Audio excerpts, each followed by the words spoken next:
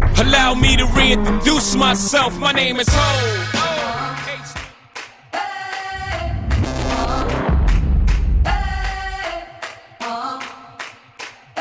I understand why people go to HBCUs, but we live in a white man's world, so you kind of sheltering yourself from your surroundings. Like you go to school, you got black professors, and everything else. Like I understand that. All right, what's up, y'all? It's BME.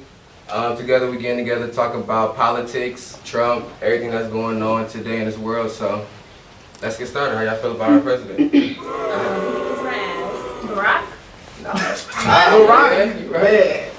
I'm just feeling like he don't even care. Like he do stuff thinking about himself and like nobody else on the lower levels of life. Like he feels like I'm not on the lower level of life. we're not though. Right. We all on the equal playing Okay. field. That was good. Because I felt a little attacked. All right, well, Attack. Yeah. Puerto Rico. Look at the roots. How about that? I thought it was kind of funny when I first saw it, but then when you look at it, it's terrible. It's disrespectful. I feel like he's still in the celebrity mindset. Like, he think that's cool. Like, oh, I'm gonna face to the towel. I'm Donald Trump. Like, And like he just told Puerto Rico, like they gonna take responsibility, like more action with the hurricane that just happened. Like how they gonna take more action? They don't got no resources. They literally don't have money like to even help their people up there. it's crazy because Florida and Texas are both red states. He didn't have no problem. Like, it was no problem. He didn't complain. He went right down there. He visited. He knew it. He did his little background research on it and everything. But with Puerto Rico, it's a problem. I'm not understanding why.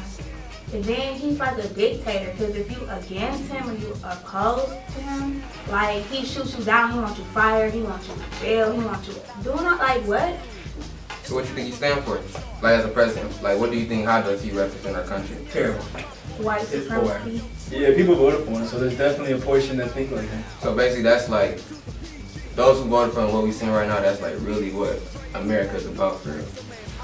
Unfortunately, I think there's still a part of that, a part of our nation that's going to be like that, and I don't think they're going to change their mind anytime soon. I think all you got to do is let them die out, and then let the better people take their place. It's never gonna Yeah, die. that's why I was. Can that ever die out? Um, Cause we thought for a moment it was like we didn't really think like. Who do you think? Okay, how about this? The whole when it was Hillary and Trump, nobody thought Trump was gonna win. Everybody thought it was a joke, but Trump won. Now we see everything that's going on, and everybody like, damn, for real. But that's what I'm saying. I think the demographics of America are like slowly changing, Mm. and I think this is like the people who voted for Trump. I think this is their last hurrah before like white people become the minority towards the majority of minorities right now. Mm. And I think this is like their last. They're trying to save what they think is America, but nothing's happening. I don't agree. What do you think's going on? I don't agree because they set this up hundreds and hundreds of years of them in policy. So they have all these powerful positions, right? So that's why like, it's a revolution coming. They can feel it, Yeah. but they're gonna shoot it down. That's why Trump like, oh, you fired, you walk TV, you can't, because people are getting influenced, but they're so powerful. It's like hard. So you don't think there's ever going to be a change? No. It could be a change, but I was taking a class and they had said like it was like these voting rights and like once black people got to vote, these states were passing laws like, oh, you Yeah. gotta take a test or you gotta do this and that. So they made a voting rights act to like let black people vote. Yeah, there's always going to be problems when they with like trying to get black people to vote. Like, there's gerrymandering and all that shit, but I think that we are making steps. True, but they're still trying to control us because as soon as like there were certain states that was not like North Carolina and stuff that would not let them vote, and then so the federal government took over, and then once Obama won, they was like, oh, Obama won, like we don't need to babysit you anymore. They tried to pass more laws on black people. Like I feel like it's just they do not change. But that's why we got to vote for not just the president. We got to go to every. Okay, so we have to go to every. So comment. Yeah. As celebrities or people who have a certain platform, this past week when we saw Eminem, he used the BET cipher to basically he just stumped Trump. How do you think that? What do you think about that? Should more people do it? Or do you think it's big because, of course, Eminem is white and he's a rapper? So is it like... He used like his white privilege to speak up for the black community because, I mean, Eminem is white, but that nigga not really white because... I feel like they don't view Eminem as really a white person because Eminem grew up poor. He grew up in Detroit.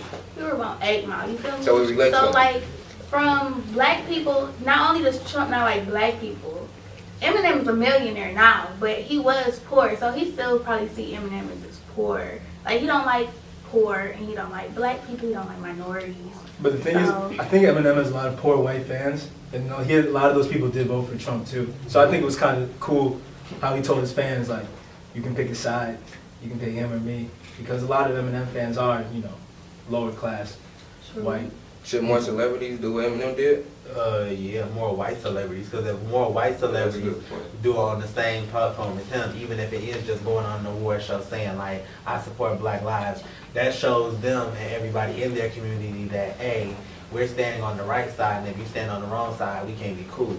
Because if black people do that, then you see Colin Kaepernick, he getting shut out of the NFL. Jamil Hill, she getting suspended every other week for just talking her mind and speaking up for the black community as a whole. And you got people do that every single day on Twitter, so all social medias, even doing the news.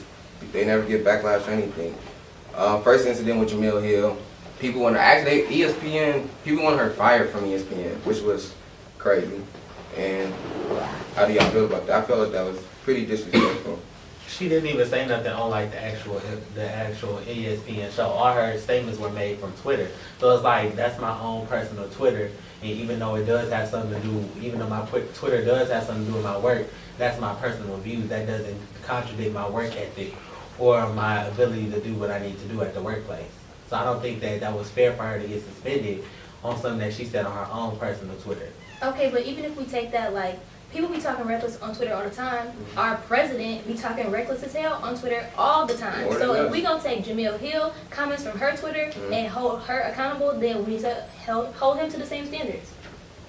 Sure. But they're not going to because he's a white man, she's a black woman. Like, that's huge gap. So as you see that in society, how do you feel like we're black at a PWI? How do you feel that how do you feel like impact us? How do you feel that way? I feel like it's always going to impact us. Everything is always, impression is always going to happen regardless of what color you are, what gender you are. Impression is always going to happen, but it has to be a certain part in yourself that says, I'm tired, I'm ready to start fighting for myself and my people. And it starts here when you're trying to figure out yourself at a college, and it starts when you're trying to figure it out for yourself. I feel like you need to keep an open mind because you could, I mean, I went to 99% black middle school, and then I switched straight to like probably 60-40 white high school. So like I was transitioning to it before college, but I did run into like racist people, and like we're grown, so we can't just like hit them or because it's serious consequences. So I feel like it's frustrating. It needs to be a change. I don't know how to bring about the change. It's just... Being at Michigan State, do you think our president or different, just not, because our black faculty, I feel like they do the utmost that they can to support us being black at a PWI. Is there anything that our president and white faculty, professors, anyone, how can they make us feel welcome? When I say welcome, I don't mean like an email or welcome to class, like actually like letting us know that we're a part of, I don't know, something bigger rather than either you're just giving a check to MSU or you're making MSU stats feel good because they talk about how they have so many African American students they brought in. They said like they had the most African. The biggest like freshman. Class. They made that so big, but it's like we see it for real because we go here. We see how they really. I feel like our President Simon really don't do nothing for the black community here. Like, she can feel all high and mighty and send a little email that says she's sorry that this, and this happened, but she don't really address nothing. Like, nothing actually changes. Like, that noose incident that happened, these two black girls got a noose tied to, like, the door handle on their dorm. she sent out, it wasn't even a widespread email. It was a little statement on the website. You had to be searching to find it. Yeah. I only found it because it was dropped in a little group chat. But it's like, she said she was like mortified that happened, but no action was taken. Yeah. She didn't, it wasn't a widespread thing. And I feel like even though we go to this PWI, like we didn't sign up for that. Right. And even then, when you say diverse, that diverse word comes around, but it's only 6 black kids in the classroom. So that's confusing. And even then, it's crazy because you used to put out a statement and you continue to put out the same statement for every incident that happens to Will race. And then you expect everybody to feel like they're welcome when they see you, and that's not the truth, because in all actuality, you just email when you feel that's the best way to say something. I would definitely say it's a front. Like for MSU, damn near to me, any PWI. Like I would say, having African Americans there is like a front. If it's not a front, but it is, because either they make them feel welcome, make you feel loved, or you just can tell by the students. We're at a PWI. We have our problems, we don't. We feel more welcome when we're with people that we know, either whether you're from Detroit, Chicago, you're black skin, we relate because we know what's going on in the world. I know where you're at right now.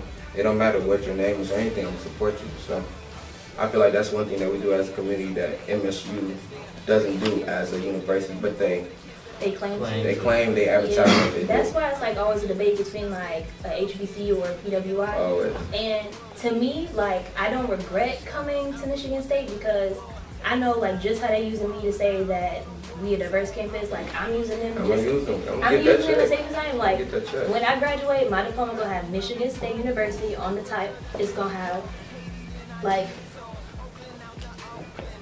okay. So my diploma gonna say Michigan State University. This institution is so widely recognized. Like walk through the airport, you got anything with a Spartan head on it, MSU anything, they don't. Okay, I'm wearing Central today, but they see you and you say go green, somebody gonna yell go white, and it's like HBCUs, like they are.